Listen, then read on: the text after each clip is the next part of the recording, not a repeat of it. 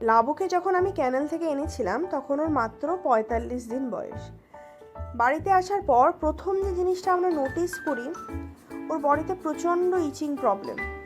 স্বাভাবিকভাবে আমরা ভীষণ ভয় পেয়ে যাই আর প্রচণ্ড টেনশন করতে থাকি। আমরা নতুন নতুন পেট প্যারেন্টস, আমাদের এই সমস্ত বিষয়ে আইডিয়া ভীষণ কম। তো হঠাৎ করে বাচ্চাটা কেন এত ইচ করছে, ওরও তো কষ্ট হচ্ছে।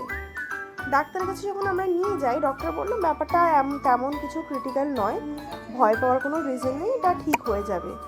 অনেক সময় কি হয়, কেনেলে বা ব্রিডারদের কাছে যেখানে বাচ্চারা থাকে তাদেরকে অতটা হাইজিন মেনটেন করে রাখা হয় না, তো সেখান থেকে কিছু স্কিন প্রবলেম হতে পারে। বা লিটারে অন্য কোনো বাচ্চা, তাদের থেকেও স্কিন প্রবলেম আসতে পারে। বা এমনও হতে পারে যে হঠাৎ করে মাদার মিল্ক থেকে সেপারেট হওয়ার পর ওদের যে ফুড হ্যাবিটটা চেঞ্জ হচ্ছে, সেই ফুড হ্যাবিটের চেঞ্জের জন্য ওদের স্কিনের ওপর এফেক্ট আসতে পারে।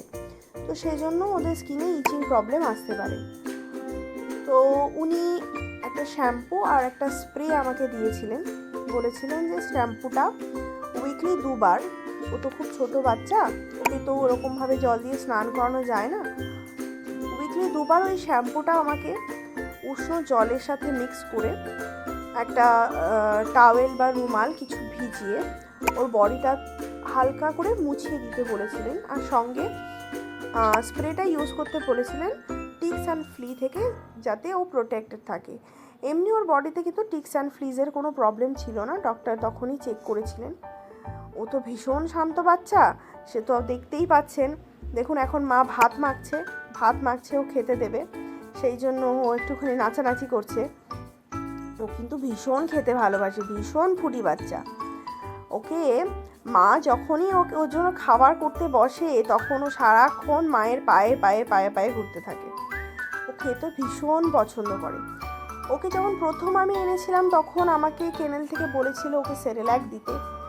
কেনেলে যে ভেট প্রেজেন্ট ছিলেন উনিই আমাকে বলেছিলেন সেরেল্যাক দিতে। তো প্রথম মোটামুটি 5 দিনও সেরেল্যাকই খায়, কিন্তু সেরেল্যাকটা থেকে আমাদের মনে হচ্ছিল ওর পেটটা ভরছে না, কারণ মানে ওর একটুখানি ডাউন ওকে দেখাতো। তো ডক্টরের কাছে নিয়ে যাওয়ার পর ডক্টর ওর ডায়েটে কিছু কিছু চেঞ্জ করেছেন। এখন কিন্তু লাবু প্রচণ্ড অ্যাক্টিভ, প্রচণ্ড সুস্থ আছে।